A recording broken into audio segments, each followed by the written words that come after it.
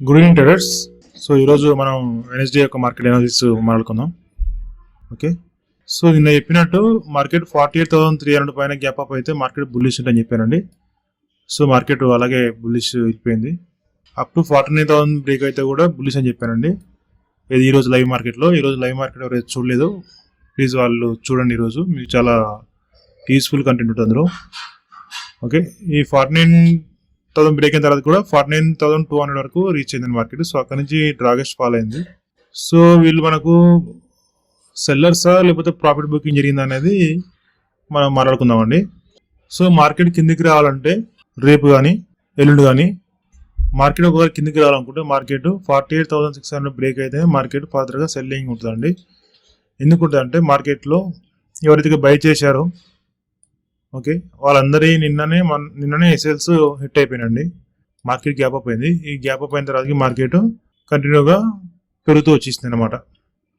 So ఈ పెరుగుతూ వచ్చేసిన తర్వాత ఏమైంది, మార్కెట్ క్లోజింగ్ టైంలో మార్కెట్ ఎవరైతే హోల్డింగ్ చేశారో లేకపోతే ఎవరైతే రేపు గ్యాప్ అప్ అవుతుంది అని మనకు మార్కెట్ హోల్డ్ చేశారో వాళ్ళందరినీ ఫాలోయింగ్లో ఎగ్జిట్ చేయించింది. సో అందరినీ కాదు, సో ఎవరైతే ట్రైలింగ్ స్టాప్ లాస్ పెట్టుకున్నారో సో వాళ్ళందరినీ ఎగ్జిట్ చేయించేసింది.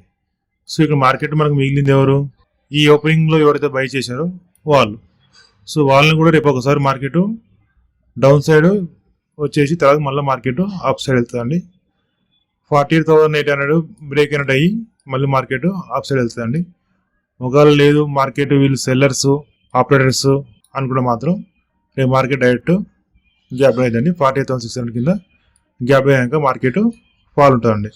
సో రేపు మార్కెట్ ఒకవేళ ఫ్లాట్ ఓపెన్ అయినా స్మాల్ గ్యాప్ అప్ అయినా రేపు ఒకవేళ మార్కెట్ ఫ్లాట్ ఓపెన్ అయినా స్లైడ్లో గ్యాప్ అప్ అయినా మార్కెట్ 49,050 కాంచి మళ్ళీ ఒకసారి రివర్స్ అయ్యే ఛాన్స్ ఉందండి. ఎందుకంటే డైరెక్ట్ మార్కెట్ వెళ్ళడానికి ప్రాబిలిటీ లేదండి.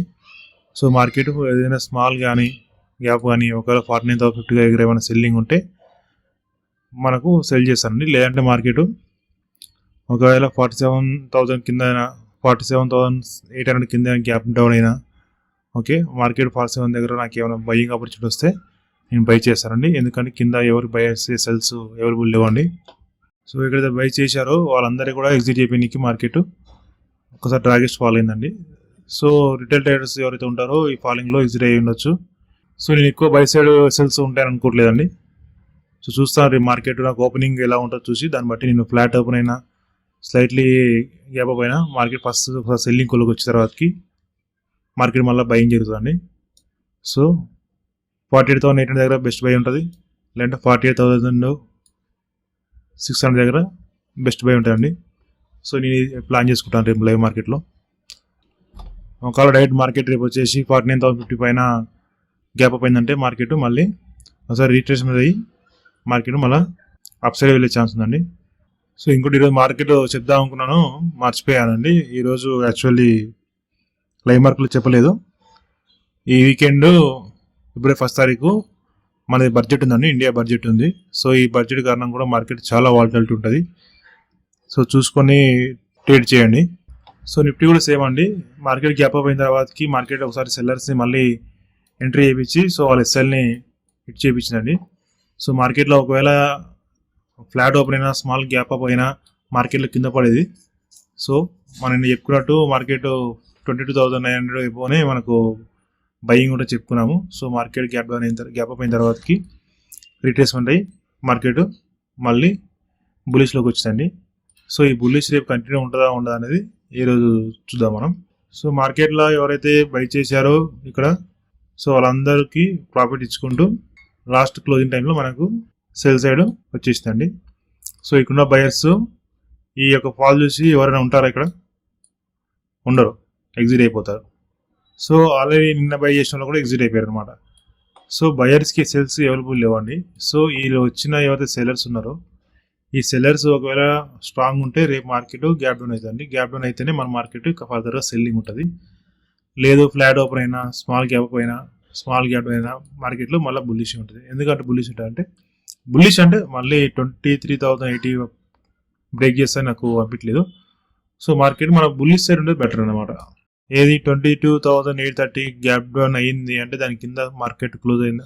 ఒక ఫస్ట్ 50 minutes క్యాండిల్ క్లోజ్ అయిందంటే మనం ఫర్దర్గా సెల్లింగ్ ప్లాన్ చేసుకోవచ్చు.